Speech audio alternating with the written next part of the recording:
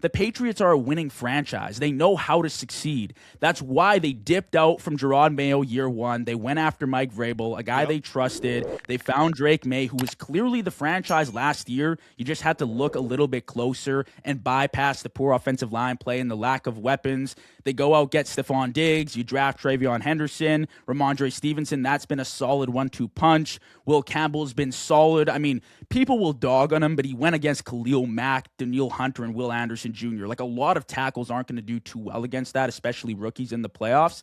So I think when you look at the full picture, it's like New England's built properly. And I said in the offseason, matter of fact, I think January 1st, I said this team would make the playoffs. I said that there could potentially be another dynasty, and it starts with the quarterback play. I don't even think Drake Maye's been that good, AJ, in the playoffs. He's had multiple interceptions. He's had turnovers. It hasn't looked that great, and they're still winning games. And they put up 28 points against what most consider to be the next Legion of Boom defense in the Houston Texans. So I like the Patriots next week. I'm interested to hear what your thoughts are on the team. It's totally fair to say, hey, maybe they've had like a slightly easier path to the Super Bowl than some teams previously. I mean, they played the Chargers. I wasn't really hyped up about that. The Texans, their defense was scary, but offensively, it's like, hey, you put up a few touchdowns, it's game over. And then the Broncos next week, like, I mean, a few years ago, we saw Philly kind of cruise through the playoffs when they lost to the Chiefs, the 38-35 year. They had a few easy games, but listen, I don't want to take away from this team. What they've done is pretty incredible, and I think their record, I think their playoff record is a pure reflection of the coaching staff down to the players who have just built a really solid unit.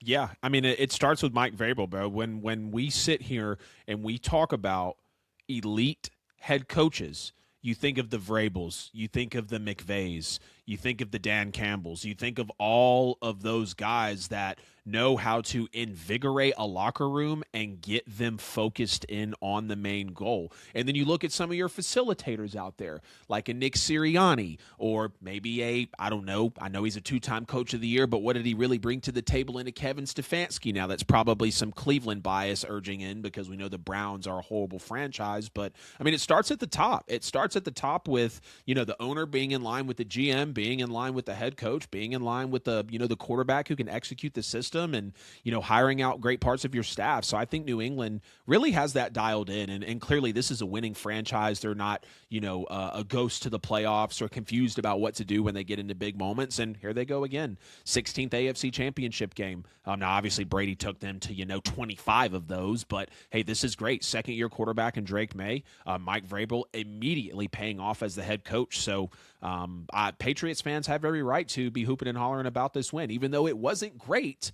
You're still in the AFC Championship game, and you're playing a hell of a team in Denver who you get the leisure of playing a backup quarterback. So we'll see how that rolls out. Shout out to Sean Payton. I think we're going to be able to see a big part of his head coaching really come forward as well. I don't know if he'll be able to overcome having Jarrett Stidham as his quarterback, but if it's a competitive game, I'm not shocked because we know that Sean Payton is one of the top coaches in the league as well when we talk about elite coaching positions.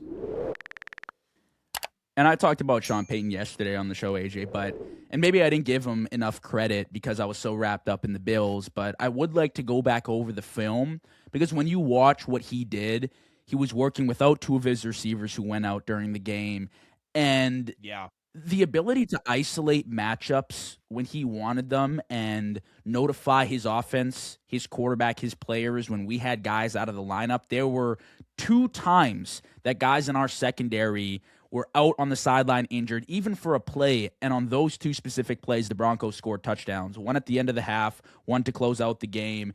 And those were the difference makers, really. And that comes down to Sean Payton and the job he did. I don't think he's actually working with a ton of talent offensively. I think it's at best mediocre. Right. I like Sutton, but there's a lot to be desired still in Denver. But I will say what Sean Payton did for the amount of heat I would say he gets, because I feel like a lot of people get after him. And I understand, like, maybe he throws a lot of screens and maybe he's progressing a little slower than most head coaches or play callers with their quarterback. But once the playoffs came around, I thought it was great what he did against us, and I give full credit to him. But back to Mike Vrabel, I think an underrated part about sports is leadership. The thing about the Patriots is they've won before and they know what to do.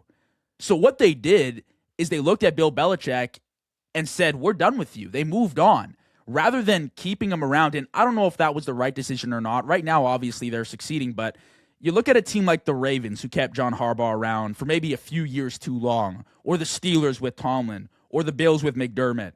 The Patriots just hung it up with Bill Belichick, sucked for a few years, cut their ties with Jero Mayo after one season because they saw the guy that they knew would have success with them, who was Mike Vrabel. He walks in, the defense is a completely different unit. They make some great free agency moves, and they don't even have a ton of talent offensively, yet they were a top 5 scoring offense this season. And once again in the playoffs, they've looked pretty phenomenal as a unit. I think what Mike Vrabel does better than most coaches, what I've loved about Dan Campbell since he's entered the league, is he's inspired and he's been a leader, and especially in a colder city. It's not like Miami Beach where there's a lot to do.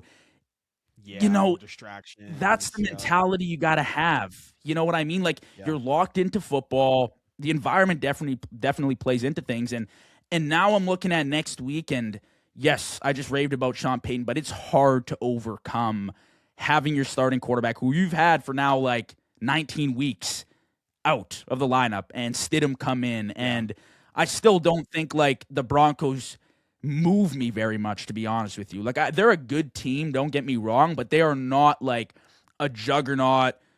Yes, they're absolutely going to win a Super Bowl, if you know what I mean. Yeah. And, when you think about the Broncos, and people are probably going to think this is funny when I say it, but when you think of Denver, they are literally formed around Sean Payton, Bo Nix, and that defense. There's nobody really on offense as a player that you fear as like a game breaker, but the play calling is so diverse, and Sean Payton is so good at his job, and Bo Nix is showing that he is a good quarterback. There are no more qualifiers out there for Bo Nix. He's certified. And I wish we could see him play in his first ever AFC Championship game, because when Sean Payton got hired a few years ago, I said, if this team gets to the AFC Championship first year, second year, I'm not shocked. Now, to what you're talking about with developing a little slower with their quarterbacks, but is anybody upset about that? Is anybody upset about Sean Payton in his third year with his second-year quarterback, AFC chip? Same thing with Mike Vrabel, second-year quarterback, first year as a coach for that organization. Now, obviously, he's been a head coach before, but, you're 100% right. You don't really fear Denver, and you did think of them as a competent team because of who was under center, with Bo Nix complementing Sean Payton's style. Thankfully, the defense is still there, but it's definitely going to be a fall off with Stiddy, as Sean Payton likes to call him, under center.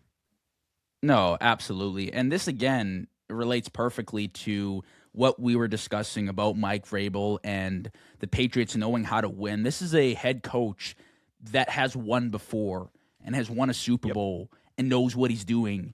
So there's a reason he moved off Russell Wilson. There's a reason he was a prick. And there's a reason he went out and got Bo Nix, because he saw something. And I will always trust coaches that know what they're doing. And I made that mistake with Kyle Shanahan, who has done wondrous things this year with the 49ers and brought them a playoff win. There are some coaches that are just better. And I feel like in the modern era of NFL football, coaching and especially play calling has become that much more important, which maybe is a discussion for another day. But Agreed. I feel like it's just become crucial for teams, almost more important than having an elite quarterback like we've seen with the Broncos this year, although I think very highly of Bo Nix.